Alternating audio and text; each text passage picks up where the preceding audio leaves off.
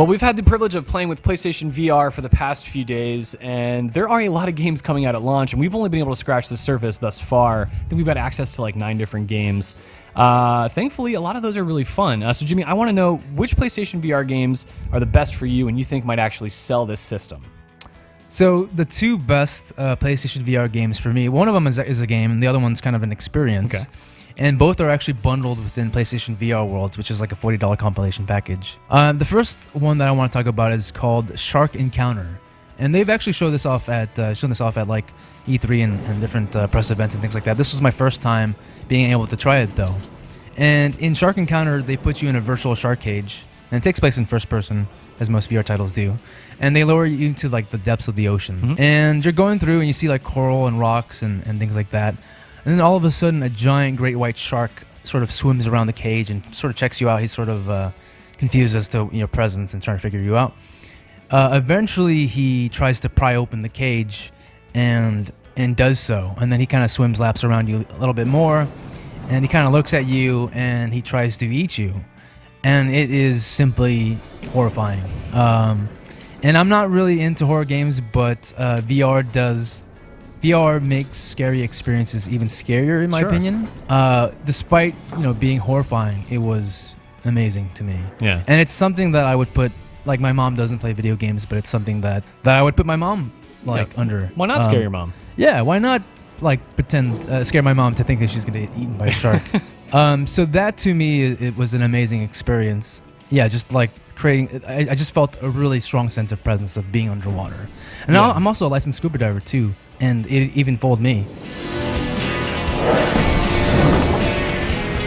And the second game that I want to talk about is the London Heist.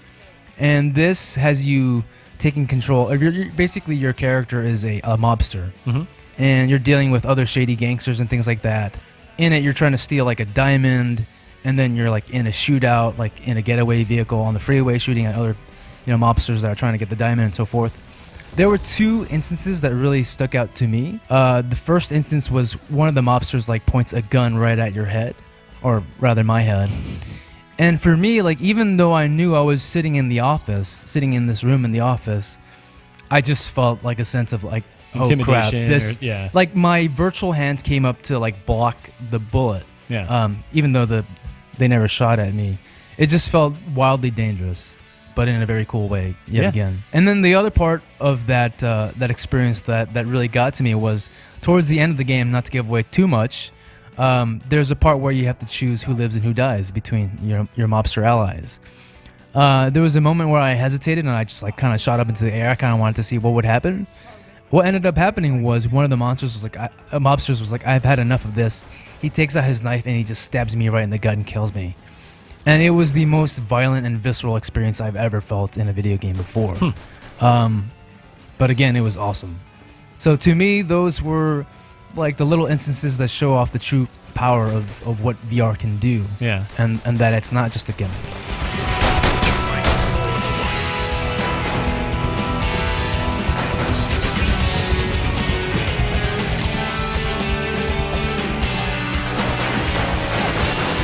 Right. Yeah. I suppose in my mind, I am looking for the small wins, right?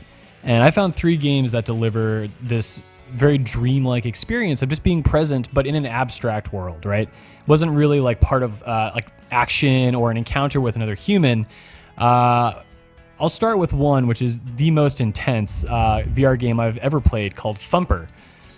This is a game, it's sort of like a rhythm game where, you're going down a track and you have to hit a button in time with certain elements on the track to the beat. But the thing is that this is incredibly fast and you're not really playing a guitar, you're not filling in an instrument as much as you're sort of participating in a call and response. The game will sort of echo a noise towards you and you just have to repeat that. But what makes it so incredible is the space is so rich with color and odd shapes. It's, again, very dreamlike and abstract, and it just grows. You can say, Peter, it's like an acid trip. Well, I wouldn't know what that's like, but it becomes more intense and more intense. And I've been playing it for hours today, actually, and it took me a long time to come down from it and for my pulse to go back to normal because I felt so enraptured in the experience. Now, the game could have a little bit more variety. But at the same time, I'm also incredibly drawn to it because it's one of those things where I felt a direct connection, and I wasn't necessarily playing a game in my head so much as I was actually in the space and participating in the moment, which sounds all hippy-dippy, but that's kind of the way it felt. And I got a similar experience from Rez, which I think is maybe more approachable. It's not as intimidating and intense, but offers a similar thing. You are flying along. This is, I should add, a remake of a Dreamcast game from, I believe, 2000. And so you are sort of flying along, and there are little objects, and you use the head tracking to put a cursor on an object and latch missiles onto it. Again, music is sort of the theme here. So like Thumper, you are trying to do things in time with the music. This game is less intimidating. It's certainly much more peaceful. So I think Rez is another great example. Despite the fact that it's almost 2 decades old, it's still a really good game that translates very well to VR. Is it a straight port, or did they like tailor certain things to VR? So I know there's head tracking involved. It's basically a straight port. There is one level that I haven't played yet. We're still waiting for the full version. I've only played the demo levels that came with the headset. The full version has a level that is not on rails. It's just you're free flying. So that is the only thing that has really been made for this experience. But even so, I think right now, if you put Rez in VR in front of me, or the Dreamcast original, I would immediately play the VR version, because just being enveloped in this feels space, like you're in Tron, right? Feels like you're in Tron. And again, another game that falls into that category is Super Hypercube. Simple puzzle game on its face. You know those Japanese TV shows where people are on a moving platform and there are walls coming at them with like holes cut out, and they have to like bend their bodies to fit through? Right. So what you're doing is you're using a cluster of cubes, and you have to rotate it to pass through a hole in the wall. For every hole you go through, more cubes are added on. This is, again, much more approachable than maybe even Rez, which is super approachable. But it does provide that sense of immersion in what really amounts to like laser light shows from the 80s. Remember your school photos? So they would have like that weird laser streaking in the background? It's exactly like that. And you're just floating through it the whole time, trying to solve these puzzles, which gets pretty tough. I think this game could take advantage of VR a little bit better. In terms of the gameplay, it doesn't really do so much. It's much more about the atmosphere.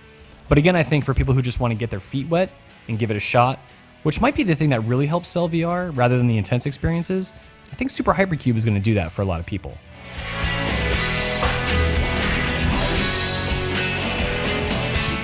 All right, those are our favorite PlayStation VR games that we think you are going to like. Which ones are you interested in? Let us know in the comments below. For more PlayStation VR coverage, stay tuned to GameSpot.com.